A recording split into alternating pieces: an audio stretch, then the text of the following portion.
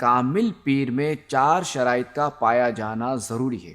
پہلی شرط، سنی صحیح العقیدہ ہونا۔ امیر اہل سنت کی سنیت کی ہم کیا بات کریں، آپ تو ہیں ہی امیر اہل سنت۔ آپ نہ صرف خود ان عقائد و نظریات کے ماننے والے ہیں کہ جو قرآن و احادیث سے ثابت 1400 سال سے صحابہ کرام علیہم رضوان، تابعین، تبع تابعین سے اسلاف اور اسلاف سے ہم تک منتقل ہوئے ہیں، جنہیں اہل سنت کے امام سید اعلی حضرت امام احمد رضا خان علیہ رحمت الرحمن نے اپنی کتابوں میں ذکر کیا، ان پر عمل پیرا ہونے کے ساتھ ساتھ آپ نے یہ تعلیمات پوری دنیا میں عام کیں، بلکہ اس پرفتن دور میں گستاخان رسول کے خلاف محبت مصطفیٰ کو بڑھایا، عشق رسول کا رنگ گھر گھر میں چڑھایا، اور حسن و جمال مصطفیٰ مرحبا مرحبا کے نعروں سے گویا عالم گونج اٹھا۔ بار بار آخری نبی صلی اللہ تعالی علیہ وآلہ وسلم کا ذکر کر کے منکرین ختم نبوت کی گویا نیندیں اڑا دیں، سب کی زبان پہ جاری کیا محمد مصطفیٰ سب سے آخری نبی صلی اللہ علیہ وسلم۔ صحابہ کرام علیہم رضوان، بالخصوص سیدنا امیر معاویہ رضی اللہ تعالیٰ عنہ جیسی مقدس ہستیوں کے فضائل و کمالات بیان کر کے ناموں سے صحابہ کا جس طرح دفاع کیا، اور مسلمانوں کے گھر گھر میں مرد و عورت، بچہ ہو یا جوان یا بوڑھا، گویا سب کی زبان پہ جاری کر دیا ہر صحابی نبی جنتی جنتی۔ اسی طرح امت کا اس بات پر اجماع ہے، یعنی پوری امت اس پر ہے کہ مسلمانوں کے سب سے پہلے خلیفہ حضرت سیدنا ابو بکر صدیق رضی اللہ تعالیٰ عنہ ہے، ان کے بعد دوسرے خلیفہ حضرت عمر فاروق اعظم رضی اللہ تعالیٰ عنہ ہے، ان کے بعد تیسرے خلیفہ مسلمانوں کے حضرت عثمان غنی رضی اللہ تعالیٰ عنہ ہیں، اور ان کے بعد چوتھے خلیفہ حضرت مولا مشکل کشا علی المرتضی شیر خدا کرم اللہ تعالی وجہہ الکریم ہیں۔ امیر اہل سنت دامت برکاتہم العالیہ نے اس دور میں بچے بچے کی زبان پہ اس طرح جاری کر دیا کہ اب اگر کوئی فاروق اعظم کا تذکرہ کرتا ہے تو وہ فوری مسلمانوں کے دوسرے خلیفہ کہہ کر پکارے گا، اسی طرح اگر وہ صدیق اکبر کا تذکرہ کرتا ہے تو وہ فوری وہ یوں کہے گا مسلمانوں کے پہلے خلیفہ حضرت ابو بکر صدیق رضی اللہ تعالیٰ عنہ۔ امیر علیہ سنت نے بچے بچے کی زبان پر حسب مراتب ان صحابہ کرام علیہم رضوان کا تذکرہ جاری فرما دیا۔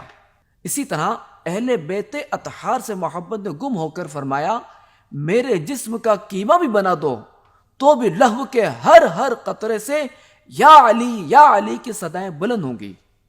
سیدہ فاطمہ الزہرا رضی اللہ تعالی عنہا کا دن ہو یا ان کے پیارے شہزادوں حسنین کریمین رضی اللہ تعالی عنہما کا دن ہو، جس طرح جس محبت بھرے انداز پہ یہ مناتے ہیں تو ایسا لگتا ہے کہ گویا اس شعر کے مصداق ہیں۔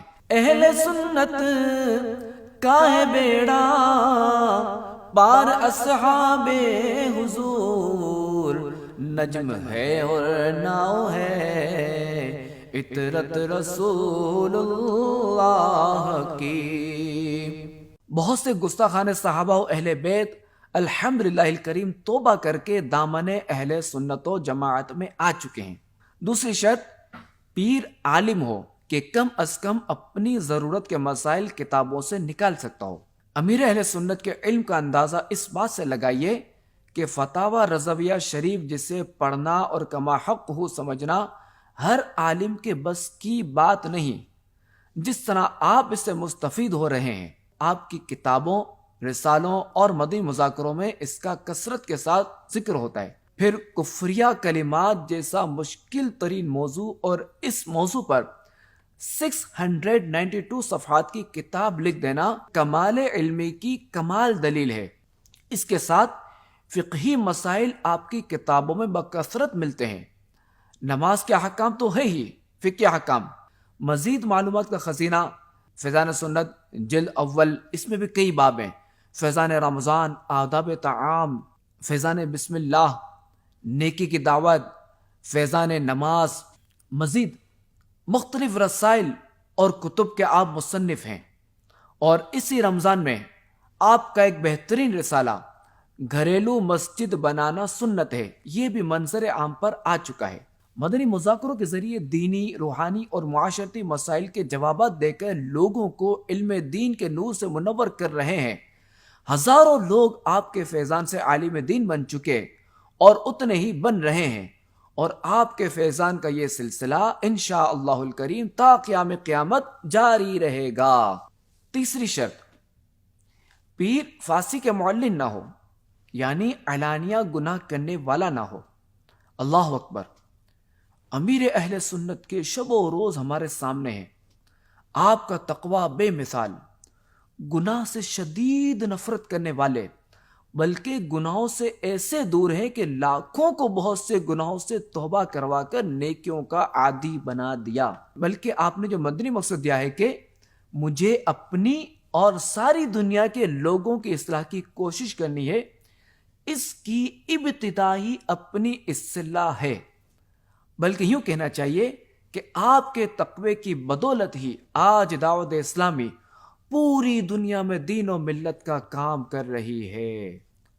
چوتھی شرط، اس کا سلسلہ صحیح واسطوں سے خاتم النبیین صلی اللہ تعالی علیہ وآلہ وسلم تک پہنچتا ہو۔ الحمدللہ الکریم، امیر اہل سنت کا سلسلہ اللہ تبارک و تعالی کے پیارے اور آخری نبی محمد عربی صلی اللہ تعالی علیہ وآلہ وسلم تک متصل یعنی ملا ہوا ہے۔